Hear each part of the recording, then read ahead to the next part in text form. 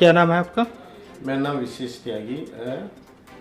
मेरे पिताजी का नाम हरिनिवास त्यागी है और रेजिडेंस हमारा बड़ा गांव रावण बड़ा गांव पड़ता है, जिला बागपत में। क्या मैटर है आपका जो मैटर ये है कि जो मेरे आईओ थे उन्होंने एक एफआईआर दर्ज कराई हमने कोर्ट के माध्यम से। 7/7 में कोर्ट का आदेश हुआ, लेकिन 19/7 में 2020 में उन्होंने कोर्ट के माध्यम से एफआईआर दर्ज करी। उसके बाद जब विवेचना चली, सब कुछ नॉर्मल चला, जो निष्पक्ष था बिल्कुल। मैं ये नहीं कह रहा कि मेरे पक्ष में था या उसके पक्ष में, निष्पक्ष सारी बातें चलती रही। लेकिन उसके बाद क्या हुआ, मैं बार बार कोर्ट के माध्यम से ये पूछता रहा कि मेरे केस में क्या हो रहा है। अब उसके केस में पूछने के बाद में तो उन्होंने हमारे जो आईओ थे उनका तबादला रमाला थाना जिला बागपत के लिए हो जाता है 16/11/2020 में, समय 6:05 पर शाम को, और वे रवानगी भी हो जाती है। उसमें लिखा हुआ है, मैंने आरटीआई के माध्यम से ये मंगाया।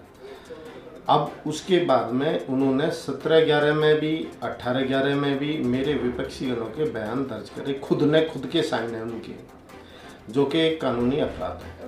ऐसा नहीं करना चाहिए था। मुझे न्याय से वंचित कर दिया। मैं अपने कप्तान साहब के पास बागपत गया, उन्होंने मुझे बहुत सहयोग करा। मेरे कप्तान साहब जो है बागपत में, उन्होंने बहुत सहयोग करके मतलब मेरी जांच भी चेंज करी। जांच चेंज पे भी जो आयु ने उसने कोई ध्यान नहीं दिया वो और ट्रांसफ़र होने के बाद भी कायदा ये होता है कि आप 16/11 में रह रहे हो, कोई विवेचना बैलेंस मतलब बकाया रहती है तो अपने उच्च अधिकारी को सौंप दी जाती है। उन्होंने पैसे के मतलब आर्थिक प्रभाव में आके मेरे विपक्षी गण के 17 तारीख में और 18 तारीख में उनके बयान उसमें दर्ज कर दिए, जो कि सरासर गलत है, मेरे साथ अन्याय है। ये पुलिस का मैटर। मैं ये चाहता हूँ कि निष्पक्ष जांच हो। जांच तो निष्पक्ष है, क्योंकि 17-18 तारीख में पर्चे नहीं काटने चाहिए। मैंने कंप्लेंट कप्तान साहब से मिला। मैं कप्तान साहब ने सीओ खेकड़े के लिए पहले जांच के लिए बोला। मैंने उनको बोला जी मैं खेकड़े थाने से हाथ जोड़ता हूँ, क्योंकि वहाँ सभी ऐसे ही हैं, वहाँ सब मिले हुए हैं, वो मेरे सच्चाई मतलब निष्पक्ष नहीं करेंगे। उन्होंने बोला चलो मैं बागपत सीओ अनुज मिश्रा जी हैं, उनको सौंप देता हूँ। उन्होंने उनको सौंप दी। ये 19/3/2021 की बात है। मेरी ना कोई सिफारिश थी, ना कोई मेरा किसी के माध्यम से मैंने कहलवाया था वो जांच, लेकिन क्योंकि कोविड टाइम था तो वो नहीं हो पाया। मैं अब दोबारा मिला उनसे क्या उनके प्यारों मिले, वे तो मिले नहीं। उन्होंने कही कि हम इसमें अब जल्दी से जल्दी जो भी होगा निष्पक्ष आपकी जांच करके देंगे। और मैं ये चाहता हूँ कि जो भी हो, मुझे निष्पक्ष जांच चाहिए। बाकी जो मेरा कोर्ट में चल रहा है वो कोर्ट जाने, कोर्ट में मेरे पक्ष में हो विपक्ष में हो, उसका मैं उसके लिए कुछ नहीं कह रहा। लेकिन एक अधिकारी को जो पूरे पुलिस विभाग को ही बदनाम कर रहे हैं, जबकि हमारा पुलिस विभाग उत्तर प्रदेश का नामी नंबर 1 पे चल रहा है आज की डेट में, उसको ही ऐसे अधिकारी आके बदनाम करेंगे। ये तो कानून आरटीआई से अगर मुझे पता ना चलता तो भाई मैं भी ऐसे अपने घर बैठ जाता है दंड के मतलब लूट पिट के। तो ऐसा नहीं करना चाहिए था उन्हें। तो अब आप चाहते क्या हैं? मैं ये चाहता हूँ जी बिल्कुल, जो जिसने भी मेरे आयु को जो भी सख्त से जो कानूनी प्रक्रिया है, मुझे तो ज़्यादा कानून उस प्रक्रिया उन पर अप्लाई होनी चाहिए। तो मेरे साथ धोखा किया है। 17-18 में पर्चे वे एफआईआर लगा दी तो कोई दिक्कत नहीं है। कोर्ट में जैसे जाता है मैं पेपर, और मेरी एक फाइल थी एफआईआर लिखने के लिए जमा कर ली मेरे पास, जिसमें मेरे कुछ ज़्यादा तो नहीं, कुछ मुझे ओरिजिनल डॉक्यूमेंट्स भी थे। और कहे तुम 2-3 दिन बाद आके ले जाना जब हम एफआईआर लिख दें। लेकिन उसमें इन्होंने क्या करा कि वो भी मेरी गुम कर दी। कह दिया वो तो पता नहीं यार कहाँ है, कैसे है, अब कौन से कहाँ रखिया है, मैं चौकी में रखिया है, घर रखिया है, ऐसे करके मुझे मिसगाइड कर दिया पूरा। और मेरी आज तक भी नहीं लौटाई। मैं कई बार मांग चुका हूँ, जो वहाँ बाबू हैं, जो हेड बाबू हैं, उनसे भी कई बार कह चुका हूँ कि वो ही जाने।